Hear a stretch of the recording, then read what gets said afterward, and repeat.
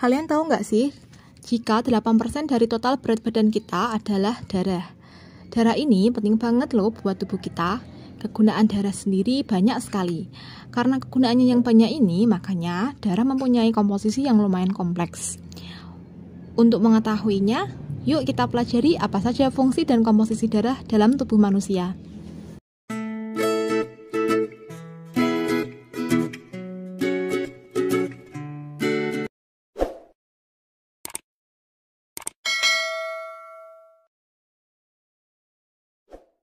Assalamualaikum warahmatullahi wabarakatuh. Halo anak-anak, hari ini kita akan melanjutkan materi kita, yakni tentang sistem peredaran darah pada manusia. Yang pertama, bagian pertama ini kita akan belajar mengenai komposisi dan fungsi darah pada manusia.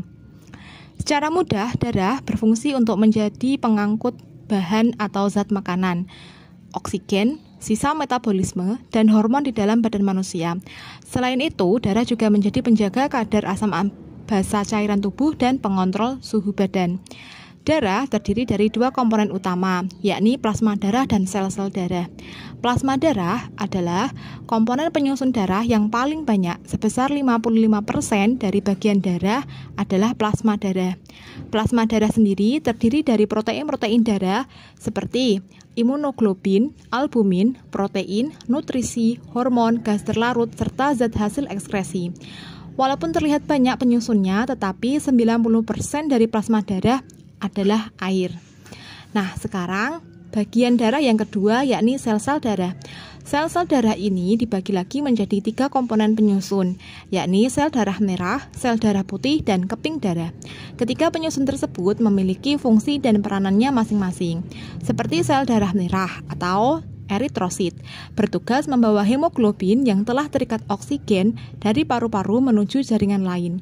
Selain itu, sel darah merah yang telah mengangkut oksigen harus mengangkut hemoglobin yang telah terikat karbon dioksida kembali ke paru-paru untuk melanjutkan siklus pernafasan manusia.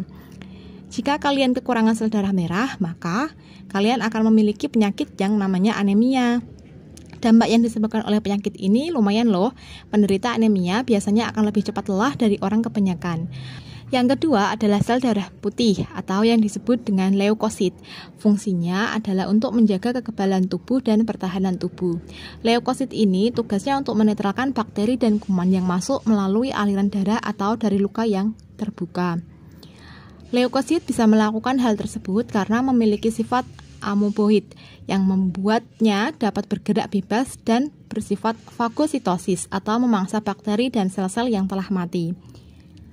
Nah, jika kamu terkena sebuah penyakit, maka sel darah putih akan diproduksi oleh tubuh secara lebih cepat dan banyak.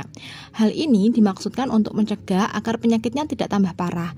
Jika tubuh kelebihan leukosit, maka kamu ada dalam kondisi yang disebut leukositosis.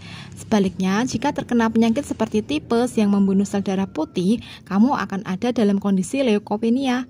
Tahu ya, kalau leukopenia ini adalah kekurangan sel darah putih. Dan yang ketiga, bagian dari sel-sel darah adalah keping darah atau biasa disebut dengan trombosit.